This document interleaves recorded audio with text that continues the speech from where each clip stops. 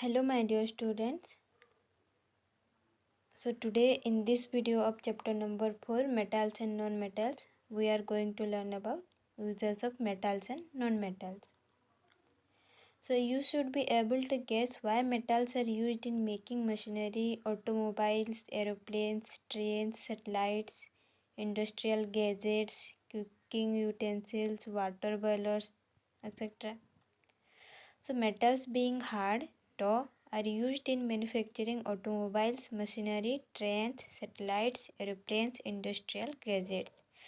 Metals जो होते हैं वो हार्ड होते हैं, सख्त होते हैं, इसीलिए इनका यूज़ जो है ये सब मैन्युफैक्चर करने के लिए यूज़ किया जाता है.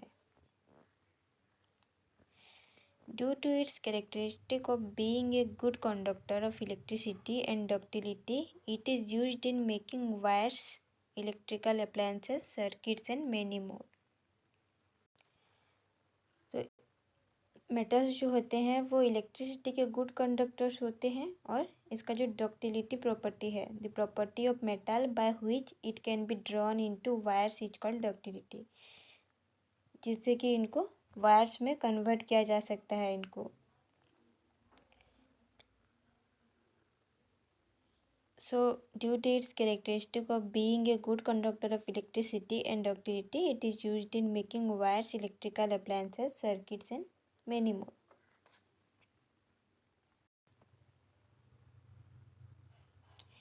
Then, being a good conductor of heat, it is used in making utensils and water boilers.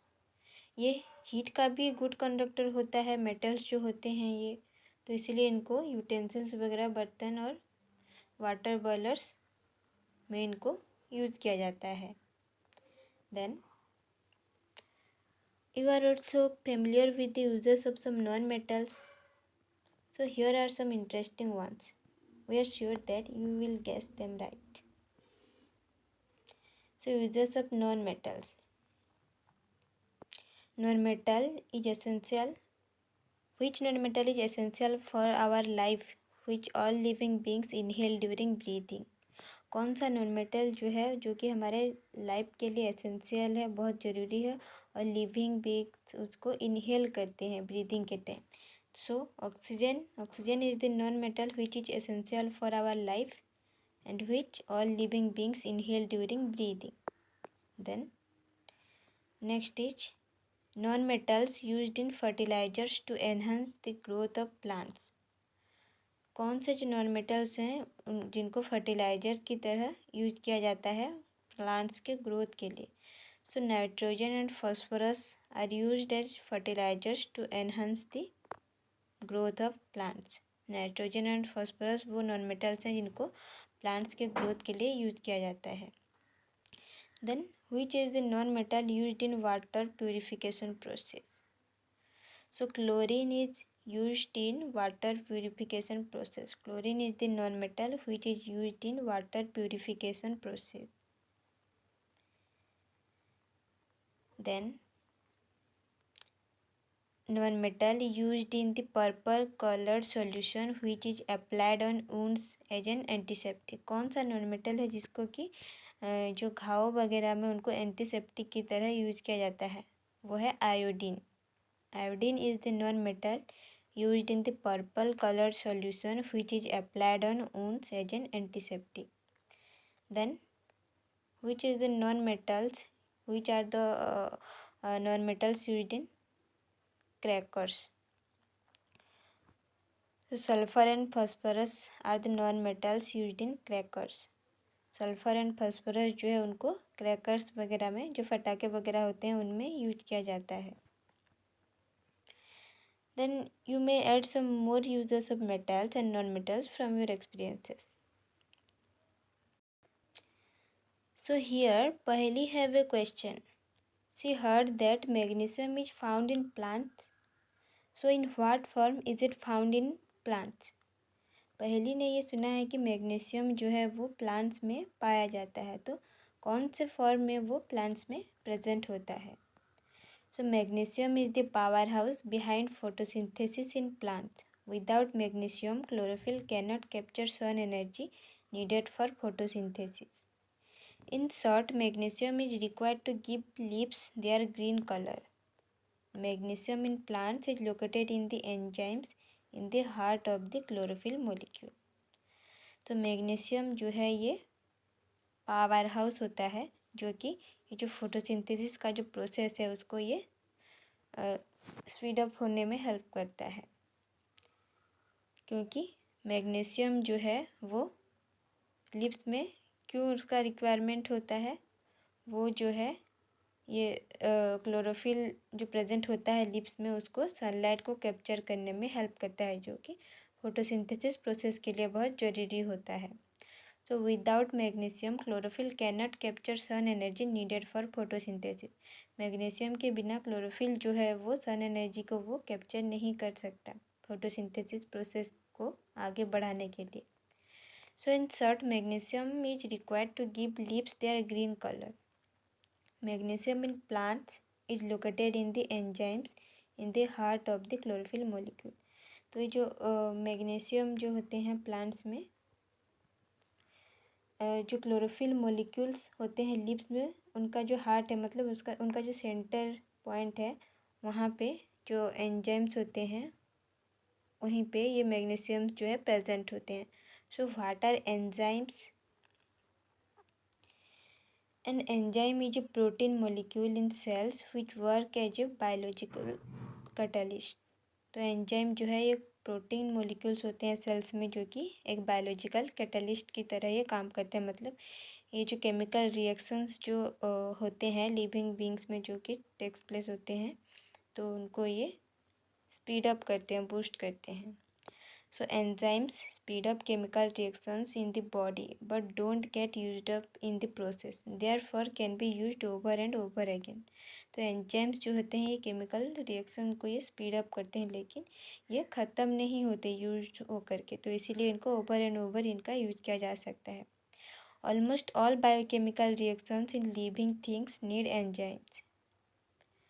जो सारे बायोकेमिकल रिएक्शंस जो कि लिविंग बींग्स में कैरी आउट होते हैं उनके लिए एंजाइम की ज़रूरत पड़ती है. तो the study of enzyme is called enzymology. तो मैग्नीशियम जो है ये लीव्स में कहाँ पे प्रेजेंट होता है? लीव्स में जो क्लोरोफिल होते हैं पिगमेंट, उसमें उनका जो सेंटर पॉइंट है वहाँ पे जो एंजाइम्स होते हैं वहाँ उसमें मैग्नीशियम जो है प्रेजेंट होता है, जो कि सनलाइट को कैप्चर करने में हेल्प करता है. Then where is iron present in our body? Iron जो है वो हमारे बॉडी में कहाँ पे प्रेजेंट होता है? So iron is present in the pigment of red blood cells called haemoglobin. If there is deficiency of iron in our body, then there will be less hemoglobin in our blood. तो iron जो है red blood sales में present होता है, जो haemoglobin होते हैं उसमें प्रेजेंट होता है. So if there is deficiency of iron in our body then there will be less haemoglobin in our blood. तो अगर हमारे बॉडी में आयरन डेफिशिएंसी हो जाए तो हमारा जो ब्लड है वहाँ पे हेमोग्लोबिन जो है वो कम प्रेजेंट होगा.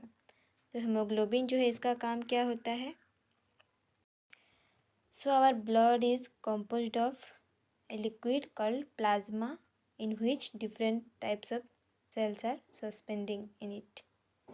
तो हमारा जो ब्लड है इसमें एक लिक्विड प्रेजेंट होता है जिसको कि प्लाज्मा कहते हैं, जिसमें कि जो डिफरेंट टाइप के सेल्स जो हैं वो सस्पेंडेड कंडीशन में वहाँ पे रहते हैं. So one type of cells are the red blood cells और RBC which contain a red pigment called haemoglobin. तो ऐसा एक सेल जो है रेड ब्लड सेल है या फिर आरबीसी, जो कि एक रेड पिगमेंट जिसमें प्रेजेंट होता है जिसको कि क्या कहते हैं? हेमोग्लोबिन. तो ये हेमोग्लोबिन जो है इसी में आयरन जो है हमारे बॉडी में प्रेजेंट होता है. So haemoglobin binds with oxygen and transport it to all parts of the body and ultimately to all the cells. तो ये हेमोग्लोबिन जो है इसका काम क्या है? ये ऑक्सीजन को बाइंड करता है और हमारे जो बॉडी के डिफरेंट पार्ट्स हैं वहाँ तक ये पहुँचाता है, हमारे बॉडी के डिफरेंट पार्ट्स तक पहुँचाता है और उससे हमारे जो बॉडी सेल्स हैं वहाँ तक ऑक्सीजन जो है पहुँचता है. It will be difficult to provide oxygen efficiently to all the cells of the body without hemoglobin.